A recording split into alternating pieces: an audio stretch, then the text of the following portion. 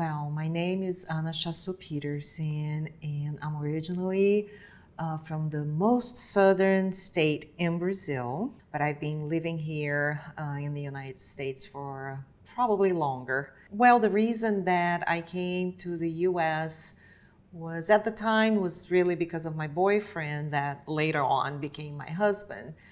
He came to do his master's and PhD in Georgia.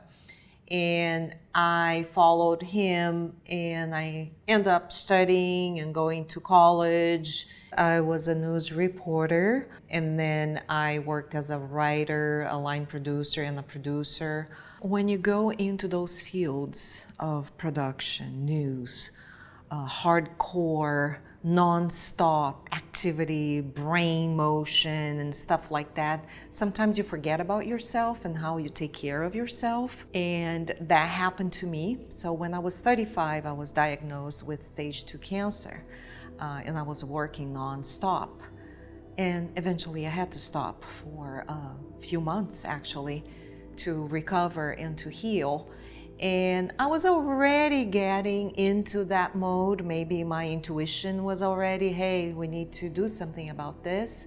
So that's when it really sparkled. When there is a transformation, the trigger for that transformation is never good. It's something that makes you stop and think, oh, I need to change something in my life. And that's what happened. I was able, thank God, to recover. So I got more in depth with that side of myself, making time for myself in a very disciplined way that it was never there before.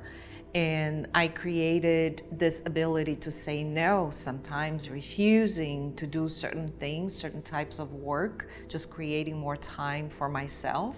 The way the healing manifested in my life, it was very, very spiritual. I needed something to tame my anxiety level.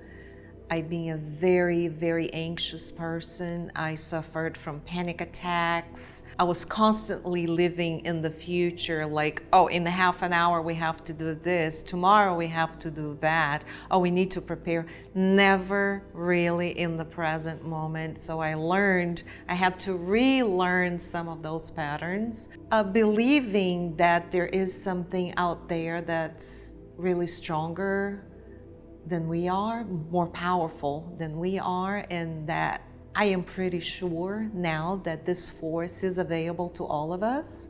The ability, as we know, to create stress, that stress will go to our bodies, it will create disease, it will kill us, but there's also the opposite.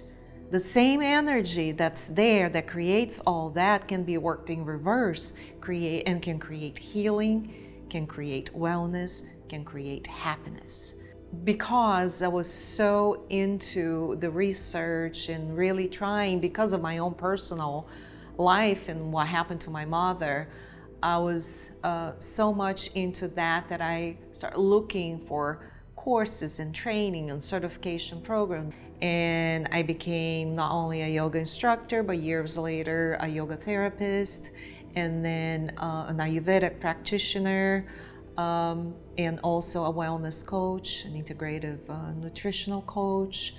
And from that on, it developed. So now I merge the three aspects of nutrition, of yoga, and Ayurveda to create a program that will help people to overcome physical problems, mental problems. A big bulk of my clients are suffering from anxiety. So that is a big thing in my practice. Spinal issues such as scoliosis, herniation, things like that. People in pain. I also work a lot with seniors, just maintaining their vitality and kind of regaining range of motion and things like that. And also the mind becoming a little bit more positive, creating a more positive outlook in life. The services that I offer to my clients is this merge of lifestyle techniques based on the concepts of Ayurveda, which is a healing system that's very, very old. The yoga therapy postures. So I specialize in a lot of that because I am a yoga therapist as well. So we are trained in a way, how can you use yoga to heal certain things? Let's say if I have a sciatica attack, how can I minimize that with a certain yoga posture, certain movements? It's almost like the bridge in between physiotherapy and yoga itself, the spiritual side of yoga and the mindfulness of yoga, and using the nutritional guidelines and everything else involved in Ayurveda as a science. And the nutritional coaching englobes all that as well.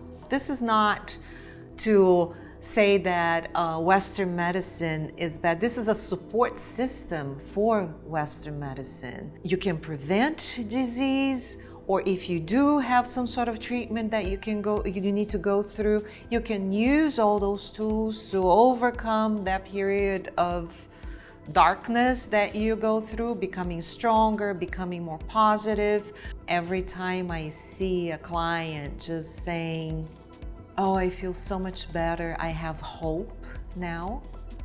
When you see somebody realizing that it's not only downhill, that you can go uphill, just like I said before, the same energy that you can use to drag yourself down really bad, you can use the same energy, which I call the golden frequency, when you meditate and you just visualize all that, and you can use that to uplift yourself.